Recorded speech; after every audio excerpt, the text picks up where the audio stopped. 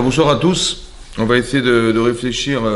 On va poser la question de savoir comment définir la différence qui existe entre un homme et une femme. Ouais, sur plusieurs niveaux, on va dire. Ouais, essayer de réfléchir ensemble. Moi, j'ai marqué quelques notes. J'ai trouvé une quarantaine d'aspects un peu différenciés. Et on va essayer de réfléchir ensemble. Alors, j'ai marqué chez l'homme, d'abord il y a le corporel. Ouais, on n'a pas le même corps. Ouais, il y a un physique différent. Ensuite, sur le plan émotionnel, ouais, sur le plan des besoins, sur le reflet de la nature, la différence entre la masculinité et la féminité, la nature, la logique. Oui. Ensuite, les hommes sont différents dans la mesure où ils sont compétiteurs. Ouais, il y a une forme de compétition qui existe chez l'homme qu'on retrouve chez l'enfant.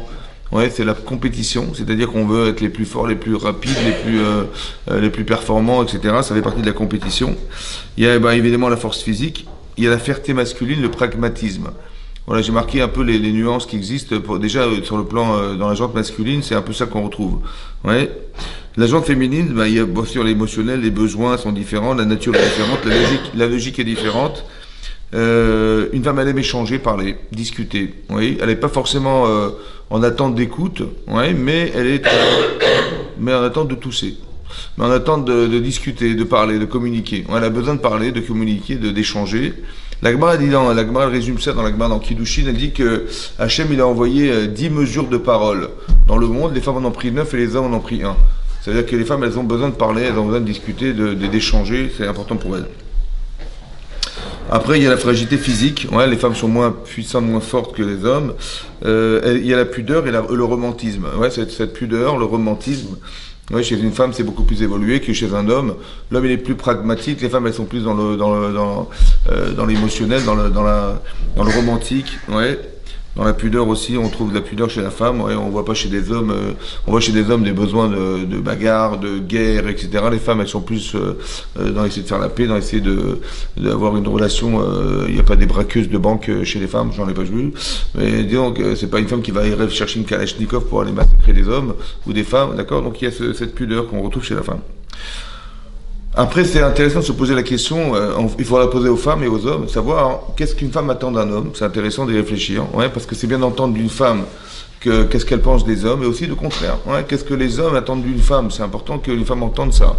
Ouais, qu'est-ce qu'on peut attendre qu'est-ce qu'on espère d'une femme, qu'est-ce qu'on attend comme, parce qu'on va se marier, évidemment on va se marier, donc on attend quelque chose de différent, ouais, qui va être un complément de ce que nous n'avons pas. Ouais, on a parlé un peu des différences, mais qu'est-ce qu'on attend et ce qu'on n'attend pas? C'est vrai, de l'un et de l'autre. Ouais, qu'est-ce qu'on espère à espérer de l'autre? Ouais, parce qu'on va créer un couple, donc on va vivre à deux. Ouais, mais il faut que 1 plus 1 égale 1 et pas égale autre chose que 1. Il faut qu'on arrive à se complémentariser, on arrive à trouver des compléments qui vont nous permettre d'avoir envie d'exister avec l'autre. Ouais, ce désir d'exister avec l'autre. Et donc c'est important d'essayer de définir ça. Alors moi j'ai marqué plusieurs points. Je pense que au départ, le premier regard, c'est l'attirance physique. D'abord, on regarde, avant de s'intéresser à la personne, est-ce que physiquement, la personne m'intéresse? Ouais. Je vais pas épouser quelqu'un ou me retrouver quelqu'un qui physiquement ne m'intéresse pas. Ou alors qu'il a un charisme particulier. Il y a des gens qui sont, des femmes ou des hommes qui ont un physique qui soit pas très attrayant, mais ils ont un tel caractère, un tel charisme et une telle personnalité qu'on est attiré vers ces genres de personnes. Ouais, et on fait abstraction du physique. Mais je pense que la première chose, c'est d'abord le physique. On regarde la personne. Oui, c'est important est-ce qu'elle plaît ou elle plaît pas. C'est important. Donc il faut faire attention à soi. Ouais. C'est-à-dire puisqu'on part du principe, que la personne elle va d'abord regarder. Ouais, après, quand ça plaît pas, on n'a pas envie de discuter, on n'a pas envie de se retrouver, on n'a pas envie de continuer à envisager de se passer un numéro de téléphone. Ça plaît pas, chacun ses goûts, hein, c'est pas une critique.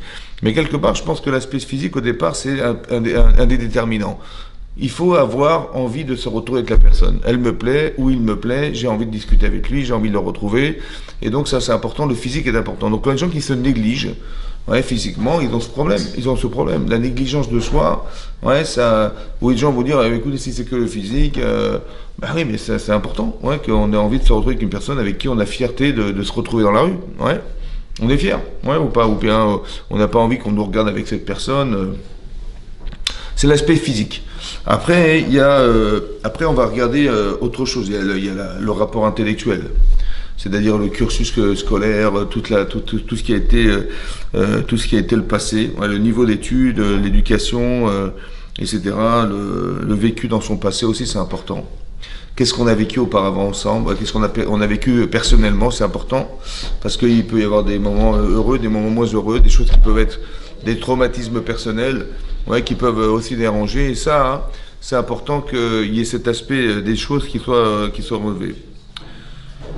Il y a aussi trouver un conjoint adéquat à la personne, c'est aussi de savoir sur le plan religieux, ouais, parce que il faut qu'il y ait quelque chose. La religion, c'est important qu'on puisse avoir un niveau de religiosité qui soit commun. Si on est traditionnaliste, bon, on va se chercher une tradition, on va pas épouser quelqu'un qui est hyper religieux avec quelqu'un qui ne l'est pas, etc., qui n'a pas cette conception. Donc c'est important, c'est aussi la confiance. Ouais, j'ai marqué la confiance.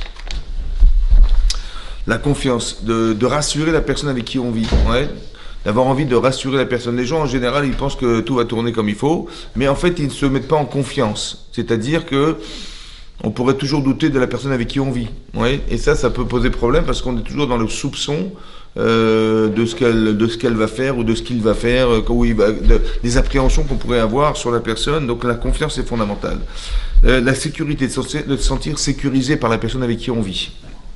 J'ai marqué aussi l'honnêteté, ouais, le caractère, il peut y avoir des blocages, etc. La timidité, ouais, la timidité ça dérange. Il y a des gens qui sont timides, font peur, parce qu'on se dit, bon, bah, ils vont pas savoir se débrouiller dans la vie, ils vont toujours être effacés à l'ombre des autres, ça dérange. L'insolence, ouais, l'insolence, le manque de tact, l'orgueil, la rancune, la vengeance, la haine, le dégoût, ouais. Ça fait partie des sentiments qui peuvent refouler une relation de couple, qui peuvent refouler une relation de première rencontre aussi, ouais. Donc c'est important que ces choses-là soient vues. Ensuite, j'ai marqué faire attention à sa vestimentation. Les gens, ils aiment bien que on soit présent avec une personne qui se respecte et qui a une attitude en vérité. Bon, on parle du tact, mais aussi d'avoir une vestimentation qui correspond à une fierté de soi aussi. Faire attention à son hygiène aussi, c'est important. Faire des reproches ou des remarques. Ouais, il y a des gens qui sont tout le temps dans la critique, qui tout le temps à faire des remarques, à remarquer la différence. Ouais, et ça, hein, ça peut déranger. Ouais, ça veut dire qu'on peut se dire, bah, ça rend service parce qu'on aime bien faire des remarques autour de soi ou faire des remontrances, ouais, parce qu'on veut que ça soit corrigé, mais encore faut-il savoir les faire. C'est ça le problème. Et donc on peut se sentir genre monsieur ou madame qui est là pour faire des reproches, pour faire de l'heure de leçons, ça marche pas. Ensuite, de tomber sur des entêtés, une personne entêtée, ça aussi ça dérange. Ouais. Il y a des gens qui se rendent pas compte, mais ils sont entêtés. Ça veut dire qu'ils veulent jamais lâcher prise, ils veulent toujours avoir raison, toujours le dernier mot. Ça c'est quelque chose qu'il faut aussi remarquer.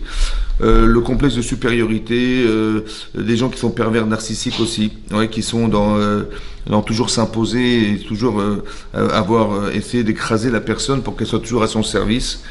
Il y a aussi l'humiliation. J'ai marqué des gens qui sont anxiogènes, toujours la vie est belle, mais il y a toujours des problèmes. Ça va, le ciel est bleu, mais il y a un nuage qui dérange. Voilà, il y a des choses comme ça. Il y a des gens qui sont comme ça, qui sont anxiogènes. Ça veut dire qu'ils nous angoissent la vie en permanence en pensant que les choses elles peuvent toujours arriver, alors que c'est pas forcément probable, mais c'est comme ça. Ouais. Ensuite, j'ai marqué donc il faut avoir une confiance en soi. Ouais, c'est important que on développe une confiance en soi. C'est fondamental que les gens on puisse compter sur des gens qui ont confiance en eux-mêmes. Ouais, et pas faire tomber la chaise pendant qu'on fait les cours. Non, je rigole. Non, je rigole. Non, je rigole. Confiance en soi. Ensuite, j'ai marqué une bonne ou une mauvaise relation familiale. Il y a des gens qui adorent leur femme ou leur mari, mais la famille, c'est très compliqué. La belle-mère, etc., les frères, les sœurs, etc. Donc, il n'y a qu'une entente. Ouais, une entente qui soit cordiale, familiale. D'avoir des accords sur l'éducation des enfants, c'est fondamental aussi. Ouais. Comment on va éduquer nos enfants? Est-ce qu'on a réfléchi avant ou est-ce qu'on en a discuté? Il y a des gens qui sont des casaniers, j'ai marqué aussi ça, des casaniers, des gens qui ne savent pas sortir, ils ne veulent pas sortir, jamais ils sortent, ils vont nulle part. Ou bien des gens qui aiment sortir et qui sont sur des gens qui sont des casaniers, qui ne veulent jamais sortir. Des gens qui sont généreux ou avares. Ouais, il y a des gens qui adorent partager, qui adorent donner pour l'autre, partager, donner de soi. Ouais, donc des gens généreux, ou bien des gens qui sont avares à l'inverse. Aussi, j'ai aussi marqué ça d'avoir une relation où on puisse encourager. Ouais, l'encouragement c'est fondamental. d'encourager les gens, ouais, de respecter la personne, de chercher des qualités chez son conjoint, parce que en fait, de respecter la personne, c'est d'avoir la faculté mentale à trouver des qualités chez la personne qui justifient le respect. Ça veut dire il faut apprendre de la manière qu'on respecte nos parents, parce qu'on trouve des qualités particulières chez eux qui justifient le respect. Alors ce principe, il n'est pas seulement fait dans le respect des parents, mais aussi dans un couple. Ouais, c'est de savoir que si j'ai épousé cette personne, oui, c'est que j'ai trouvé des qualités particulières qui font que je me suis attaché à elle ou à lui, vous avez compris? Donc il faut s'organiser comme ça. C'est peut-être ça l'explication qu'on doit pouvoir donner lorsqu'on dit qu'on est sous la choupa. Vous savez, on est sous la choupa et on dit à sa femme, Ariat mekoud déchetli. Ouais, qu'est-ce que ça veut dire, Ariat mekoud déchetli? Voilà que tu m'es sanctifié en français. Mais la kedusha, c'est dur à définir. Alors j'ai pensé que la kedusha, hein, ouais, en fait, c'est la spécificité. C'est ça la kedusha. On dit un Sefer Torah, il est kadosh. Il est spécial, c'est vrai qu'il est spécial, il porte un message divin, des tefilines c'est spécial, etc. La kedusha, c'est la capacité de marquer la spécificité des choses. Donc quand je dis à ma femme, sous la choupa, Ariat mekou deshetli, c'est que je justifie le fait que tu es spécial en fait, que j'ai trouvé chez toi des qualités que j'ai trouvées nulle part ailleurs, des vertus particulières que je n'ai trouvées nulle part ailleurs, et c'est ça qui m'a attiré vers toi, tu es mekou deshet. Ça veut dire que j'ai trouvé cette femme spéciale. Ouais, c'est ça sa kedusha. Et donc c'est ça la sainteté de cette personne. C'est pas une sainteté, c'est simplement d'expliquer que c'est pas religieux, simplement d'expliquer que j'ai trouvé quelque chose de particulier qui m'a attaché à elle ou à lui et qui font que je me suis marié avec elle. Donc ça c'est important de respecter les personnes. Chercher des qualités chez son conjoint, j'ai dit, ouais. Ensuite, on faut être joyeux. Ouais, la joie, c'est important, la joie, de trouver des gens qui sont toujours souriants, qui sont joyeux, qui ont des qualités de joie comme ça, qui sont exprimées. Parce que on parlait d'anxiogène, mais l'inverse, c'est des gens qui sont souriants, qui ont des blagues, qui sont rigolos, qui aiment blaguer, ouais. Et ça, c'est important pour que dans l'atmosphère de la famille, dans l'atmosphère du couple, il y ait quelque chose qui nous rattache, ouais, qui nous donne envie de vivre avec la personne. Ouais. Il faut relativiser. Ça veut dire qu'il faut relativiser. Il faut pas voir au premier degré. Même quand on fait des blagues, des gens qui savent pas faire des blagues, mais quand on sait bien les faire, c'est sympa, c'est rigolo, ça donne envie de vivre avec la personne. Ouais. De voir qu'il y a un sourire en face et pas quand tu rentres chez toi, ton mari ne te fait pas la tête ou ta femme ne te fait pas la tête. C'est sûr que c'est important. Ensuite, il y a des gens qui ont une forte personnalité, qui sont écrasants aussi. Il y a des gens qui ont une personnalité très forte, ouais, qui imposent, ouais, sans s'en rendre compte, c'est leur personnalité. Ça peut être un avantage et un inconvénient en couple parce qu'on a l'impression qu'on est à l'ombre des autres, ouais, de celui avec qui on vit. Et ça, c'est important que la personne qui a une forte personnalité, ce soit pas quelque chose qui soit écrasant dans sa vie de couple, mais au contraire qui puisse l'utiliser au service de l'autre, mais pas qu'elle soit un handicap dans leur vie de couple. Voilà, donc j'ai un peu relevé tout ça. Bon, c'est vrai, il y a beaucoup de notions, beaucoup de choses. Mais j'aurais bien aimé que les hommes écoutent la question que je pose aux femmes. Ouais, qu'est-ce que vous attendez d'un mari? Qu'est-ce que vous attendez d'un homme? C'est important d'avoir cette écoute, qu'un homme il puisse entendre, parce que vous avez bien compris que ce que j'ai essayé d'établir, c'est qu'il y a vraiment des grandes différences, ouais, entre une femme et un homme. Ouais, il faut bien comprendre que lorsque la Torah nous dit tu vas trouver une aide kenegdo, en français ça veut dire face à toi, donc elle est face à toi, ou bien kenegdo en hébreu ça veut dire contre toi. Oui, contre toi. Mais ça veut dire que pourquoi c'est contre soi-même? Parce que puisqu'on est différent, physiquement, on est différent dans nos émotions, dans nos besoins personnels, dans notre logique, on est complètement différent. Donc, quand on se marie avec quelqu'un, on est plus avec quelqu'un qui est contre soi. J'ai envie, je sais pas moi, j'ai envie d'acheter une voiture, elle veut acheter une bague. J'ai envie, je sais pas moi, elle veut aller au théâtre, j'ai envie d'aller au foot. Vous avez compris? Donc on n'a pas les mêmes besoins, on n'a pas les mêmes émotions. Elle est romantique, je suis pragmatique, etc. Donc il y a beaucoup de choses qui nous opposent. Mais nos différences sont fondamentales parce que on va se nourrir de la différence. On va s'enrichir par la différence. Oui, un homme il a besoin d'avoir une femme, et un homme a besoin d'avoir nous de définir. Maintenant c'est important qu'on entende d'une femme qu'est-ce qu'elle pense d'un homme et qu'est-ce que les hommes attendent d'une femme. C'est important de l'entendre parce que il va falloir se préparer à l'idée de ressembler à quelque chose qui donne envie à une femme de retrouver son homme, ou bien qu'un homme il a envie d'entendre chez une femme quelque chose qui lui parle. Vous avez compris? Peut-être on va commencer par les hommes. Qu'est-ce que vous attendez d'une femme? Qu'est-ce que vous attendez d'une femme en particulier? C'est pas évident, la question est pas évidente. Ouais, mais essentiellement quoi. À part le fait de fonder un foyer, bon ça c'est les classiques, d'avoir des enfants, une famille, etc. Pour ceux qui peuvent en avoir encore, mais quelque part il y a autre chose dans la relation de qu'est-ce qu'on peut attendre de. Je sais pas si vous avez déjà réfléchi à la question ou bien je vous embête. Mais qu'est-ce qu'on peut imaginer, qu'est-ce que vous attendez d'une femme? Chazak ou Baruch. Hein? Ah, bon, couscous. Non, ça c'est prendre. Non, le couscous c'est prendre de la graine. Il faut que tu prennes de la graine, toi. T'as besoin de ça. Mesdames, vous avez qu'est-ce qu'on. Alors. La générosité de cœur,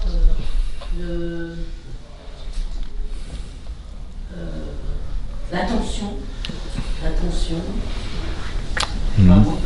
Ouais. L'attention à laquelle. C'est des petits gestes, des petites attentions. Ah, vous parlez de l'intention, pas. Oui, d'accord. De l'intention, d'accord. Parce que l'attention, ouais. Tu vas bien, enfin, s'intéresser à l'autre. Ouais. Montrer qu'on existe, quoi. Pour l'autre. Ouais. C'est surtout ça. Se considère comme la mère de l'humanité. Ouais, c'est bon. J'ai compris. C'est-à-dire que c'est ça, de sentir qu'on existe pour les gens. Ouais, c'est important.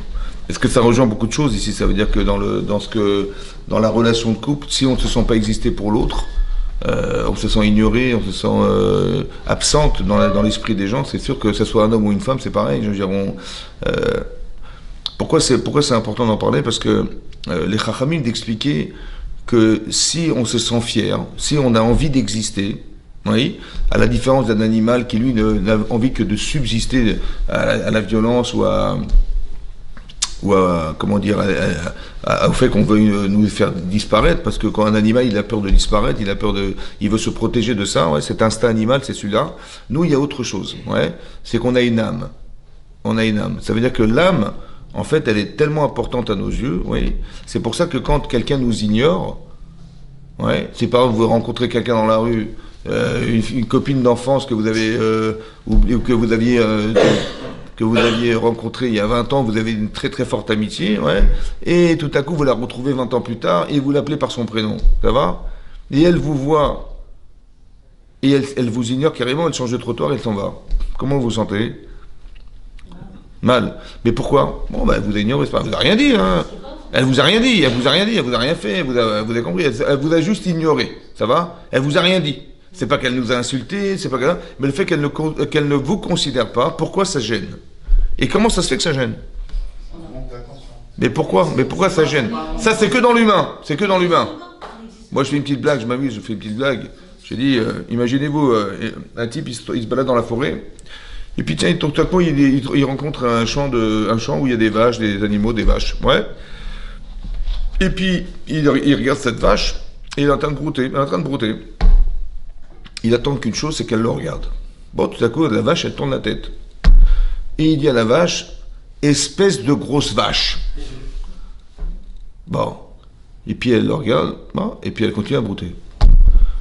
Et tout à coup, il fait une expérience qui est exactement similaire. Il rentre chez lui, il y a sa femme qui est dans la cuisine, ça va, et elle est en train de faire du pain, là où je sais pas, elle est en train de faire des gâteaux, et elle a un rouleau à pâtisserie dans la main, et elle tourne comme ça, et il attend que sa femme le regarde. Bon. Il dit espèce de grosse vache. Et là, je sais pas pourquoi, elle s'est vexée. C'est quoi la différence? Ouais. Pourquoi tout à coup il a reçu un rouleau à pâtisserie sur la tête et la vache, elle a rien dit du tout. La différence, hein? La différence, c'est que l'âme, la vache n'a pas de neshama. Elle n'a pas d'âme. Elle a que des instincts animaux. Mais la femme qui est en face de moi, elle a une neshama, celle-là, tu vois. Et l'âme, c'est l'âme qui donne envie d'exister. C'est elle qui donne envie d'exister. C'est elle qui considère qu'on existe. Alors quand tu me négliges, quand tu me considères comme étant... ou tu me parles pas, vous avez vu? Quand on nous parle pas, c'est une forme de... Mais pourquoi quand on nous parle pas, c'est négligent? Parce que la parole vient de la neshama. C'est ça qu'explique le Targum, là-bas. Il y a une traduction. Quoi? Ne pas parler à la personne, c'est en quelque sorte... Non, c'est qu'on la regarde, ou elle nous parle et on ne lui répond pas. Ça va? Donc, répondre, c'est en quelque sorte la tuer. Bah, quelque part, si je te parle et tu parles et tu ne me réponds pas, tu m'ignores, tu me dis, tu regardes comme ça, mais je te parle. Ouais, pourquoi ça dérange? Pourquoi c'est vexant? C'est pourquoi c'est vexant? Parce que le Targum, il traduit là-bas, le Targum Onkelos, il traduit Ruach Memalela, le souffle de la parole, par la Neshama. Vaïpar Be'apav, il a insufflé dans l'être humain une âme, et là-bas il traduit le Targum, il traduit un souffle de vie. Un souffle de parole, pardon. Le souffle de la parole. Ça veut dire que la parole, elle vient de la neshama. Ça va? Or, si tu ne me parles pas, c'est que tu considères que je suis un poteau. Parce que les poteaux, ça parle pas. Et c'est ça que c'est vexant. Tu as compris? Si tu ne me réponds pas, c'est que tu considères que je ne suis pas un être parlant, et donc je suis un animal, je suis un poteau, je suis je sais pas quoi, une armoire. J'ai compris? C'est ça. C'est ça. C'est en ça que c'est vexant de pas répondre. C'est de là que vient le sentiment d'ignorance. Lorsque quelqu'un ne nous répond pas, on lui parle, il ne répond pas. Bah, il ne veut pas me répondre, il ne va pas me répondre. Non, c'est vexant parce que je te parle. En quoi le fait que tu ne réponds pas, tu m'ignores? Parce que non seulement tu ne me parles pas, mais en plus de ça, tu considères que je n'ai pas de parole. Puisque tu négliges le fait de dialoguer. Voilà, c'est vrai. Et donc c'est important. Une femme a besoin de parler. Ouais. Elle n'a pas besoin forcément d'écouter des réponses, mais elle a besoin d'exprimer ce qu'elle ressent. Et si un homme ne comprend pas qu'une femme a besoin d'exprimer ce qu'elle ressent, ouais, des fois, nous, on n'est pas habitués à parler, d'accord? Donc, on n'est pas habitué à discuter, à parler, etc. Donc, on dit l'essentiel, voilà, et donc on n'a pas besoin de plus. Mais une femme, elle va vous raconter ce qui s'est passé au travail, qu'est-ce qu'elle a eu avec sa copine, mais elle n'attend pas forcément des réponses. Hein. Elle attend qu'on acquiesce. Ah bon, t'as eu ça? Ouais, d'accord, qu'est-ce qui s'est passé? Machin, là. Juste qu'on puisse l'entendre. Vous avez compris? Mais non, ça fait partie de la nature féminine, ça. Mais si un homme, il sait pas ça, il va dire, mais qu'est-ce qu'elle me saoule? Attends, j'ai des problèmes, elle me raconte sa vie. Moi, je lui raconte pas mes problèmes, donc qu'est-ce qu'elle a besoin de me raconter ses problèmes? Et ça fait partie d'une incompréhension qui existe dans la relation de couple, parce que quelque part, on a l'impression qu'elle attend des solutions. Ou qu'elle me pollue ma vie en me racontant ses histoires. Mais j'en ai déjà des problèmes, j'ai pas besoin qu'elle m'en rajoute. Vous avez compris? Donc quand on sait pas ça, elle va croire, bah, mon mari m'aime pas, et lui il va dire, mais elle me saoule ma femme, qu'est-ce qu'elle me raconte sa vie? Vous avez compris? Alors que l'un et l'autre sont dans une erreur de relation qui est expliquée. Ouais. Si je sais que c'est comme ça, ou par exemple, je sais pas moi, la Torah nous dit, c'est marqué dans la Torah que au début de la création de l'être humain, ce qu'on appelle Adam, il y avait un être conjugué, qui était homme et femme. C'était conjugué, ils étaient jumelés. Ça va? On a simplement détaché la partie féminine pour la placer face à cet homme, à ce ish. Donc au départ, ils étaient conjugués, ça va? Et on les a détachés. Maintenant, quand l'homme, Adam, a dit, Hachem a demandé à Adam Arishon de nommer les animaux. Donc il a vu que dans chaque animal, il y avait du masculin et du féminin. Et là, il a dit, Adam Arishon, je n'ai pas de féminin. Tout est construit sur le plan masculin-féminin. Il y a une jante masculine-féminine dans chaque être humain, dans chaque animal. Et moi, je n'ai pas de féminin. Il avait du féminin ou pas? Bien sûr que sa femme était dans son dos, il avait du féminin. Seulement, il n'avait pas conscience du féminin. Alors, qu'est-ce qu'a fait Hachem? Il a détaché cette partie féminine, il l'a mis face à lui. Ça va? Voilà ce qui est marqué dans la Torah. C'est intéressant que je vois qu'un homme, il n'a pas conscience de la tâche qu'il a avec sa femme. Mais est-ce que la femme, elle a cette fonction-là d'être conjuguée, d'être en association avec son mari? C'est intéressant. La question se pose. L'homme, il n'avait pas, puisqu'il a posé la question, mais je n'ai pas de féminin. Il n'avait pas conscience qu'il avait une femme avec lui. Alors que la femme, est-ce qu'elle avait conscience d'être avec son mari? C'est une question à se poser. Maintenant, quand vous voyez dans la vie, quand vous posez la question à un homme, vous lui posez la question de savoir, hein, voilà, il est dans le boulot, il va au travail, il va sortir du travail. Tu dis où tu vas? Je dis, bah, où je vais, je rentre chez moi. Quand vous posez à sa femme, où tu vas? Eh ben, vous répondez, bah, je rentre chez moi. Mais non, mais tu poses à son mari la question, mais pourquoi tu rentres chez toi? Ben, je rentre chez moi parce que je suis crevé. Voilà, j'ai bien travaillé, voilà, je suis fatigué, j'ai besoin de me reposer, j'ai besoin de changer d'air, je rentre chez moi, je vais me reposer, voilà. Quand vous demandez à sa femme, mais pourquoi tu rentres chez toi? Elle vous répond, mais attendez, je rentre chez moi parce que j'ai mes enfants qui arrivent, j'ai les bains à faire, il faut s'occuper des devoirs, il faut s'occuper, de préparer à manger pour mon mari, etc., pour mes enfants. Vous avez vu que la différence de réponse, une femme est associative. Quand vous lui posez la question, mais pourquoi tu rentres chez toi? Je rentre chez moi parce que j'ai mon mari qui m'attend, il faut faire à manger, il faut préparer les bains. Un homme, il va jamais vous dire ça. Hein. Il va jamais vous dire, il faut préparer les enfants, il faut leur faire les devoirs, il faut manger, il faut préparer à manger. Jamais, jamais, jamais. C'est-à-dire qu'il y a une différence fondamentale qui existe entre un homme et une femme. C'est qu'une femme est associative. Et quand elle arrive chez elle, et qu'elle fait à manger, elle fait les devoirs des enfants, elle fait les bains, et son mari, il est assoupi là-bas sur son canapé, avec son petit journal, et il la regarde, ouais, en train de bosser, elle devient folle, parce qu'elle dit, maintenant je comprends pas, mais elle croit qu'il se fout d'elle. C'est faux. c'est simplement qu'il n'est pas associatif. C'est-à-dire, il n'est pas. Quand vous lui dites, mais tu vois pas que je suis débordé, c'est moi qui. Tu vois pas que je suis débordé, je suis à manger. Je vais manger. Qu'est-ce que tu es assis sur ton canapé, t'as rien à faire dans ta vie? Et il dit, mais j'ai pas demandé, mais tu m'as pas demandé de t'aider. Vous avez compris la réponse? Mais tu m'as rien demandé, mais je voyais que tu te débrouillais très bien, Khazakubalo. Il n'est pas associatif. Après, il faut le rendre associatif. Mais il n'est pas de nature associative. Donc, si on ne sait pas ça, on va s'énerver, on va dire, mais mon mari, il est fou, ou mon mari, il comprend rien, et mon mari, il se fout de ma tête, etc., etc. Alors qu'en vérité, ça n'a rien à voir. C'est que de nature, il n'est pas de nature associative. D'où je vois ça? Parce que quand Adam Arishon, on lui a demandé de nommer les animaux, il a dit, mais je comprends pas, chaque animal, il est masculin, féminin, je n'ai pas de féminin. Il n'est pas associé de nature à son épouse. Il faut le rendre associatif, il faut l'investir dans la relation de couple. Un homme n'est pas associé forcément à ça, vous avez compris?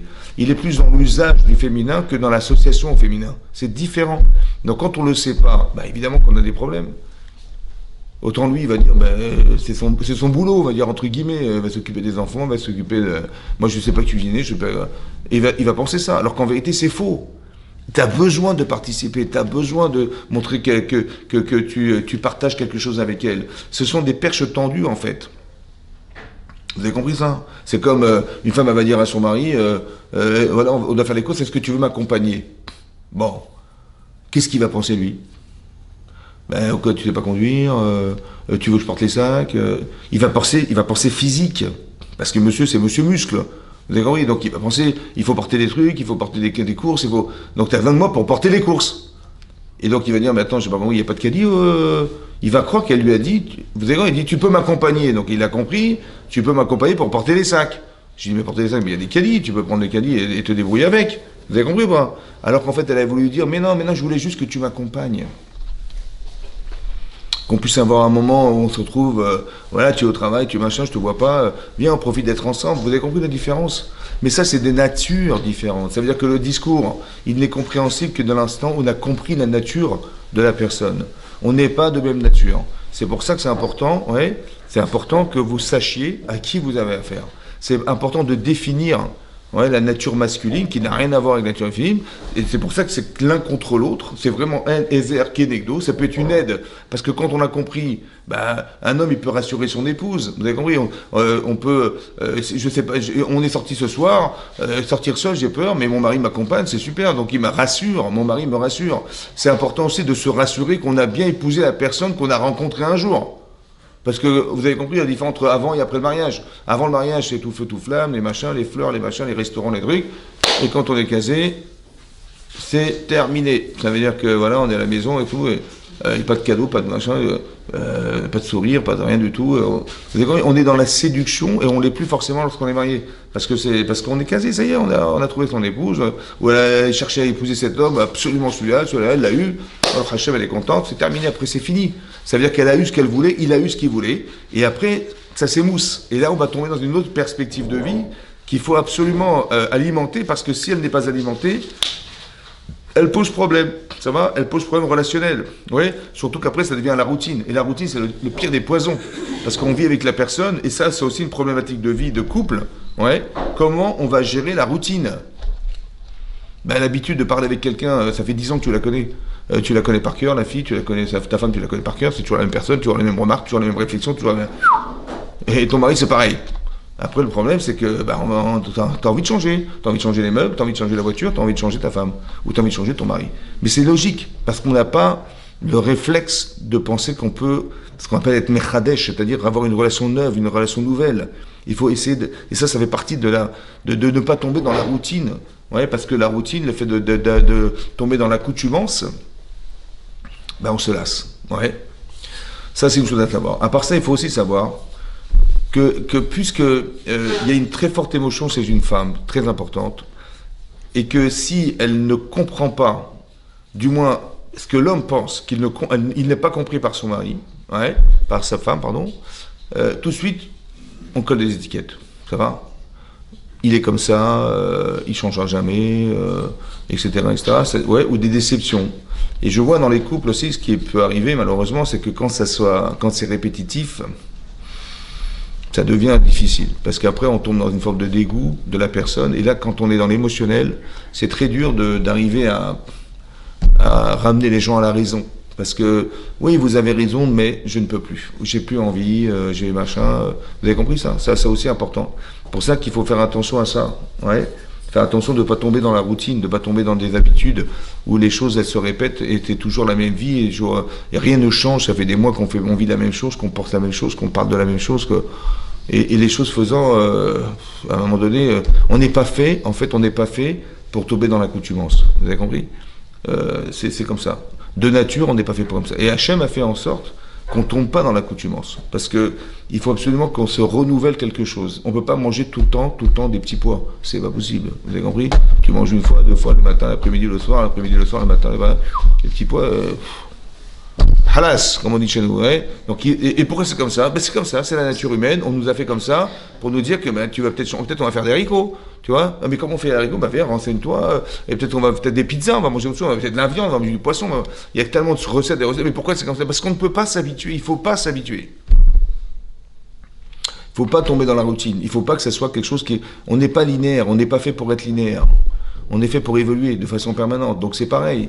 En vie de couple, c'est comme ça que ça doit se vivre. Ça doit se comprendre comme ça. Ça peut pas être... Les gens, ils ont vécu... Moi, je me souviens, un élève, il m'a dit une fois, il a fêté en entreprise ses 20 ans de mariage. Ouais. Et les gens qui étaient là-bas, les 20 ans de mariage, ils disaient, mais comment vous avez vécu 20 ans avec une femme? C'est quasiment impossible. Ça n'existe pas, ça. Tu vois? Chez eux, ça n'existait pas. Et donc, ils ont dit, waouh, ils avaient fêté ses 20 ans de mariage. Et donc, ça veut dire que les gens ils ne peuvent même pas concevoir que ça soit possible. Tu vas vivre 10, 15 ans, ouais, c'est bon, après tu vas changer, évidemment, c'est comme ça. Et là, c'est l'inverse. Ouais, il faut essayer de comprendre que c'est éternel. C'est éternel, ça veut dire qu'on a une femme et un mari, cette relation, elle doit rester éternelle. Et ça veut dire qu'elle doit rester éternelle, ça veut dire qu'elle ne doit pas... Ouais, souvent, les gens, malheureusement, qui divorcent, c'est aussi des gens qui n'ont pas été préparés à tout ça. Ouais. Et c'est pour ça qu'après, on a des problèmes de relation, parce qu'on n'a pas forcément été préparé à l'idée de comprendre comment, qu'est-ce qu'une femme, qu'est-ce qu'un homme, c'est vrai. Et aussi, on pensait que genre l'amour profond qu'on a l'un vis-à-vis de l'autre, tout va fonctionner.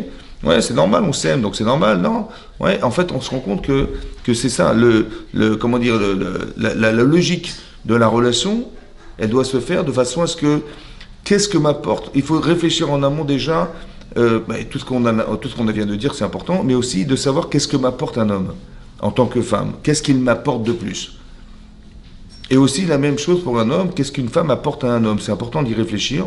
Qu'est-ce que j'ai pas et que je retrouve chez mon épouse, et qu'est-ce que mon épouse n'a pas et qu'elle retrouverait chez son mari? C'est important. Ça veut dire que c'est comme ça qu'on a besoin, c'est comme ça que on va pouvoir ne pas être l'un contre l'autre, mais l'un avec l'autre. C'est la... Oui. Vas-y. L'idée qu'on a maintenant, c'est que les femmes n'ont pas besoin d'hommes. Du tout. C'est ce qu'on voit sur les réseaux sociaux. Ouais. Tu dis que ça... Parce que j'ai posé la question avant que tu viennes. J'ai demandé quelle conception on a de la femme. Ouais. Quelle conception on a de la femme pour faire que... Qu'est-ce que j'attends d'une femme? C'est important que les femmes entendent qu'est-ce qu'un homme peut attendre d'une femme. Tu peux nous répondre à ça? Qu'est-ce que tu attends d'une femme? Regarde, si on dit qu'il y a 4 choses importantes, ouais. Lesquelles tout le monde court. L'argent, la famille, le sexe, quoi d'autre? Le dialogue. La santé. Ouais. Pour ces 4 choses, à la santé, on va pas égalité. L'argent aussi. La famille, qui choisit. Et le sexe, qui choisit. Et donc, quelle est la place de l'homme?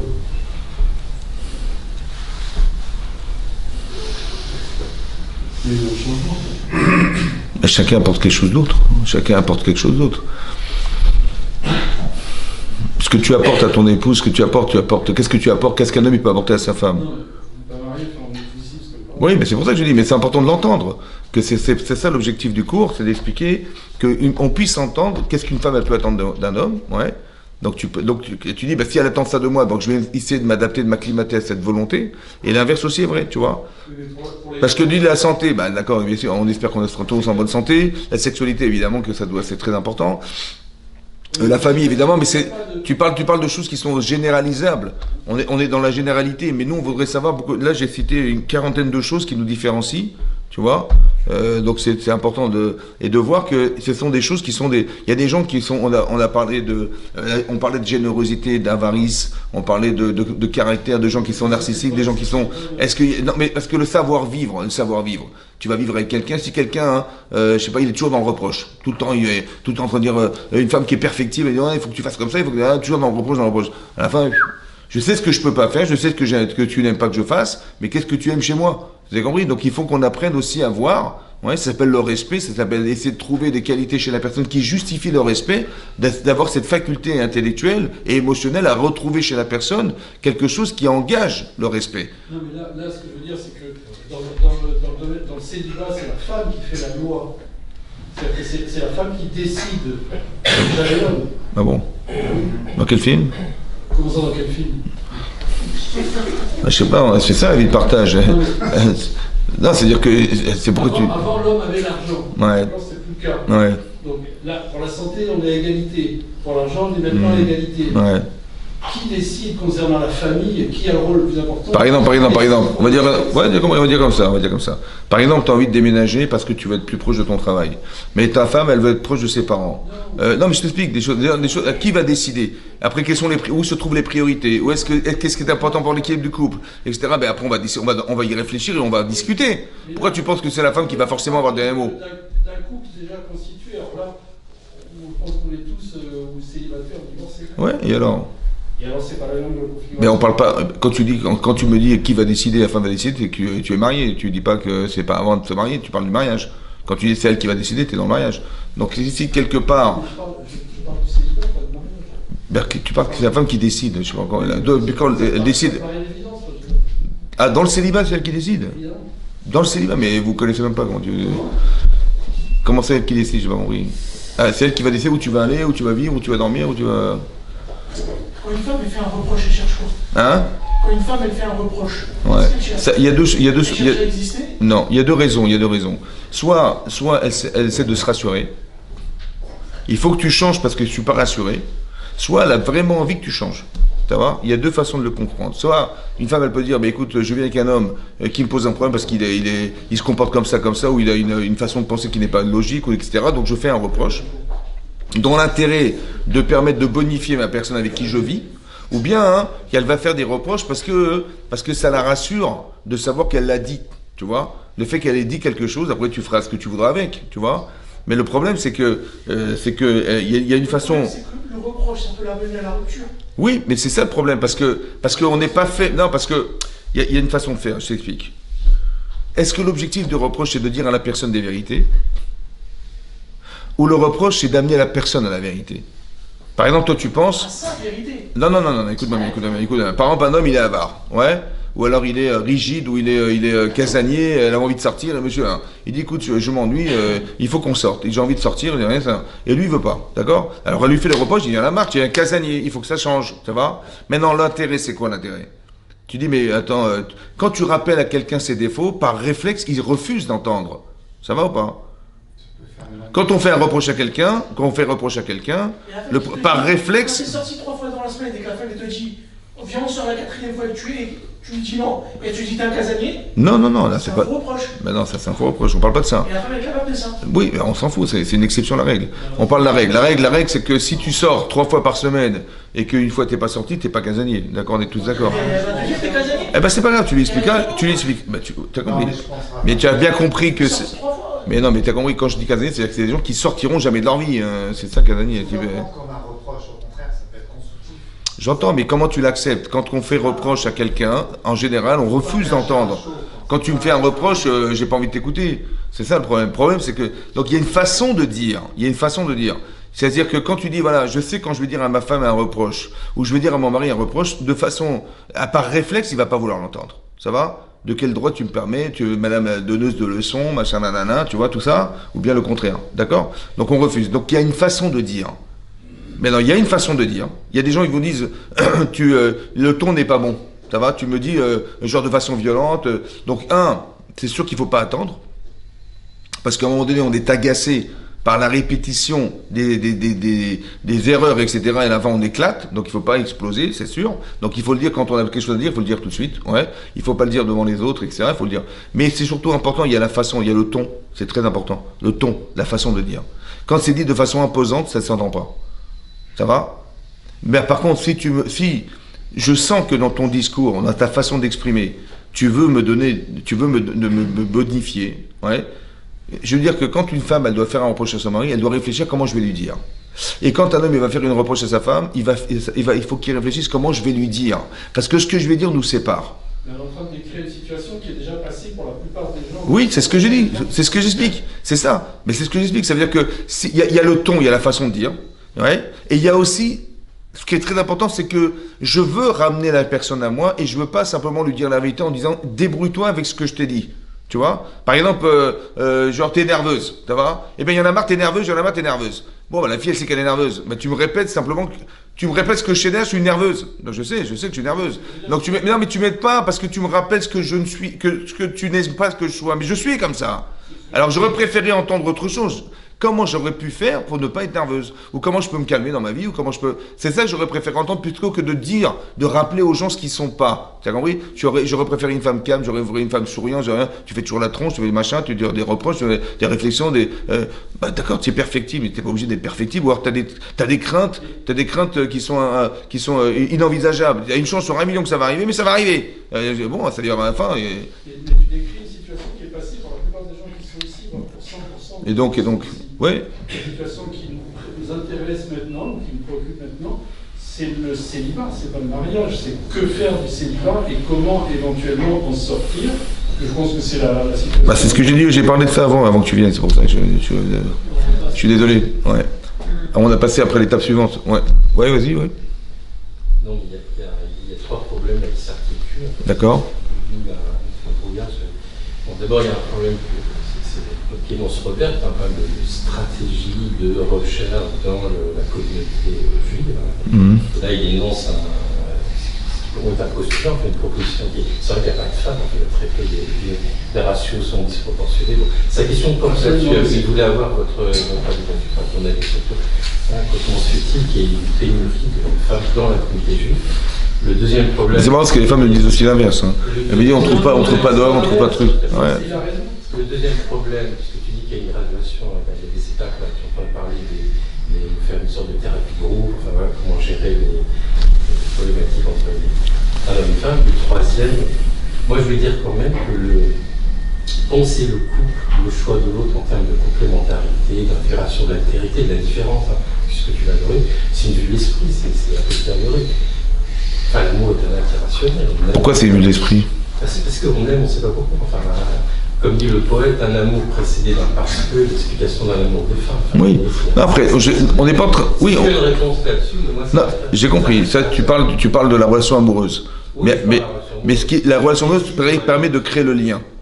Mais qu'est-ce qu'on fait de ce lien? C'est ça la question. Non, ok, tu es tombé amoureux de ta femme, tu vas te marier avec elle, etc. Super. Mais qu'est-ce qui se passe? Après, c'est là. Déjà avant.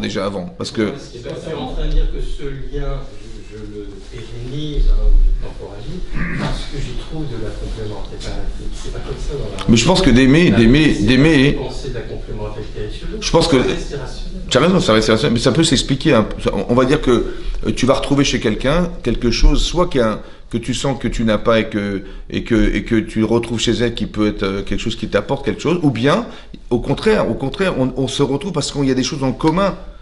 Tu vois, il y a des choses en commun. Par exemple, tu es philosophe, elle est philosophe. Il y a des choses qui tiennent, on discute de choses, etc. Je vais aimer la personne.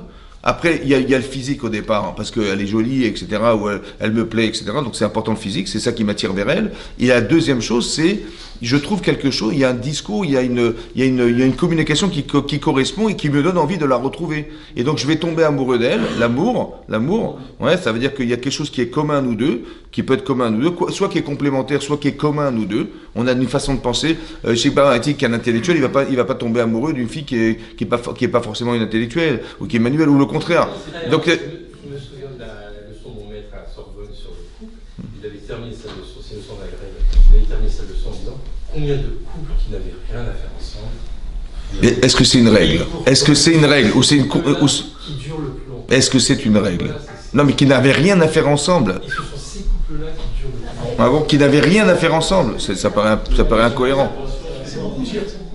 Mais non, qui n'avaient rien à faire ensemble. Tu dis. Et ce sont ces couples-là qui durent le plus longtemps. Donc on peut construire une... Quoi, c'est une théorie qui a été estimée, qui a été. Non, mais c'est pour montrer que tout est possible. Mais quand tu dis que tout est possible, c'est la contre-règle. Tu vois, il y a une règle, il y a la règle, et après il y a le contre-exemple de la règle. Mais je parle de la règle. Tu dis quelqu'un qui n'a rien à voir avec l'autre, c'est ça qui dure. C'est pas une règle, ça. Mais c'est pas une règle. Tu dis que c'est pas une règle. Tu dis, moi, elle parle chinois, je parle français, on n'a rien à faire ensemble. On est vraiment dans l'extrême limite. Si on arrive à s'entendre, waouh. Mais ça, si on arrive, c'est une exception à la règle. La règle, c'est que les personnes qui se retrouvent, c'est des choses il y a des points communs entre nous deux, et on les retrouve, et on a envie de se retrouver avec la personne. Non ? Il y a plus de 50% de mariages mixtes, on le sait. Et alors ? Et alors, ça veut dire qu'il y a toute une culture qui n'est pas commune, une histoire qui n'est pas commune, un destin qui n'est pas commun. C'est l'inverse. Non. Mais si, parce que quelqu'un qui se marie avec quelqu'un pourquoi les gens se marient avec des non-juifs ou de contraire ? Parce qu'ils se sentent pas juifs. C'est l'inverse. Mais si, un type qui se sent juif, il va pas se marier avec une femme qui n'est pas juive. Bien sûr que si, mais c'est ce qu'on fait. Mais de se sentir juif, c'est d'appartenir au judaïsme. Donc si tu appartiens... Mais évidemment, c'est quoi de se sentir juif? Peu importe, mais il y a bien un moment où tu es obligé de choisir entre ton judaïsme, donc finalement, tu ne sais plus ce que ça veut dire. Bah, si tu sais plus, c'est autre chose, c'est ça que c'est dit. Donc c'est parce qu'il n'est pas assez juif, donc il ne va pas épouser quelqu'un qui n'est pas juif. Bah oui. Bien sûr qu'on ne sait plus, c'est ce qu'on voit dans la communauté juive. Et le fait d'aller choisir des femmes qui écoute, la logique, c'est comme ça. Il y a plus de non-juifs à Paris que des juifs. Donc c'est sûr que la probabilité d'épouser une non-juive, elle est plus importante que d'épouser une juive, évidemment. Donc c'est pas un problème, parce qu'on est différent, parce que machin. C'est simplement parce que la probabilité d'épouser une femme non-juive, elle est plus grande que celle de... Bah évidemment.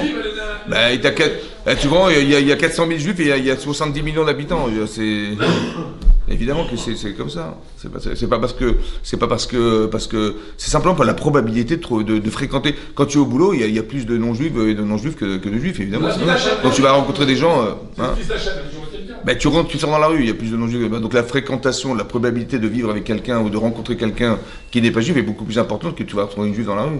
C'est pour ça qu'on organise des choses pour que les gens se retrouvent entre juifs et puis se marient entre eux. Oui, mais regarde là, depuis, moi ça fait peut-être 6 mois que je viens ici, je constate que, non, il n'y a pas de femmes aujourd'hui, c'est extraordinaire, il y en a mais généralement, il y a quoi? Il y a 15 bons hommes et une nana, qui est ou hors d'âge ou décalée dans l'autre sens. Ouais.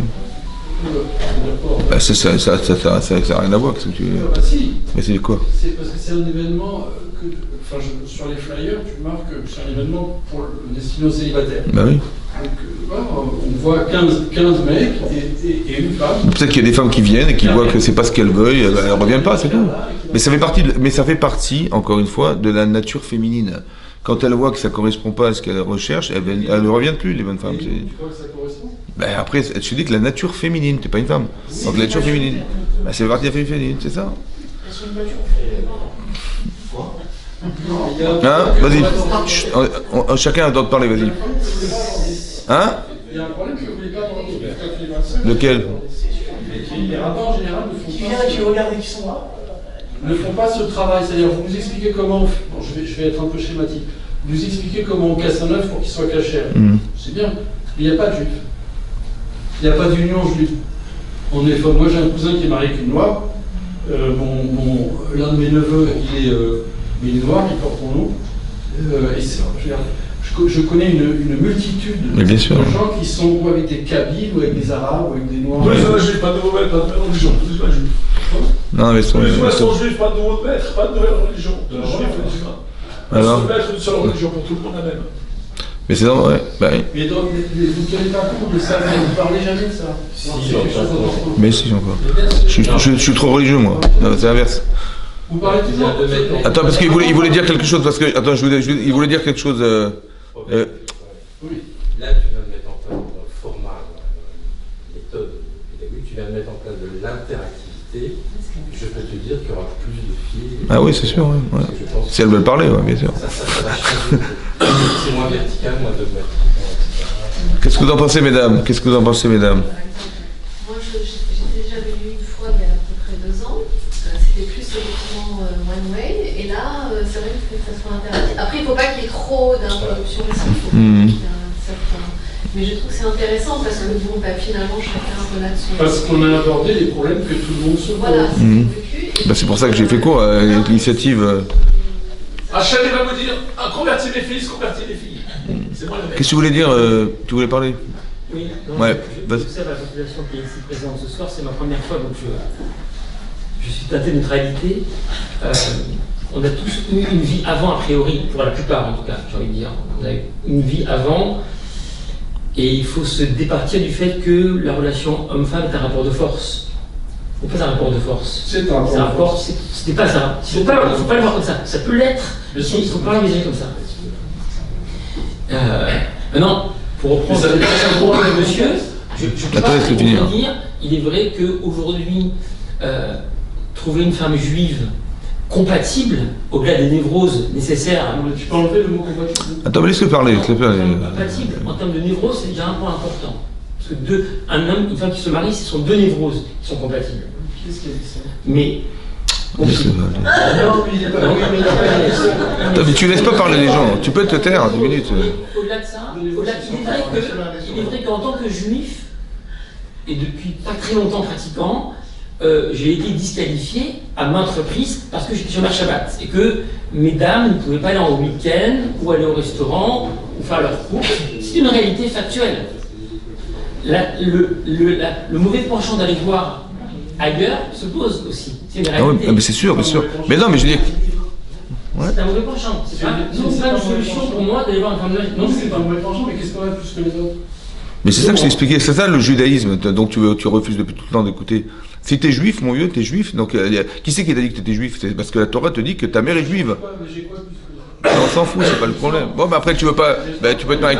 Donc, Les femmes juives, non mais là tu te disqualifies tout seul, c'est dommage. ça achète à faire. Différent des Moi, je femmes. pense Tu le veuilles ou pas? Peu importe ce que je veux dire. Moi, dans la famille, on a Attendez, laisse parler, regarde, il va dire quelque chose. suivi des mariages mixtes. D'accord. Moi, je sais Bien sûr. évidemment qu'un jour ou l'autre, les oncles, ils vont revenir à la religion. Donc ça va revenir, la religion va revenir. C'est un boomerang en fait, il n'y a pas de problème là-dessus.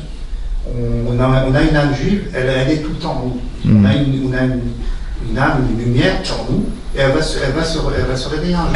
C'est pour ça On que. ne peut pas dire qu'on n'est pas juif. Mais les dernières analyses en termes de biologie, je ne peux pas vous prouver, mais je l'ai sur mon smartphone, démontrent que l'âme, que l'homme, le sapiens, n'a pas d'âme. Voilà. Chazak ou Baruch. Ça va pas rester.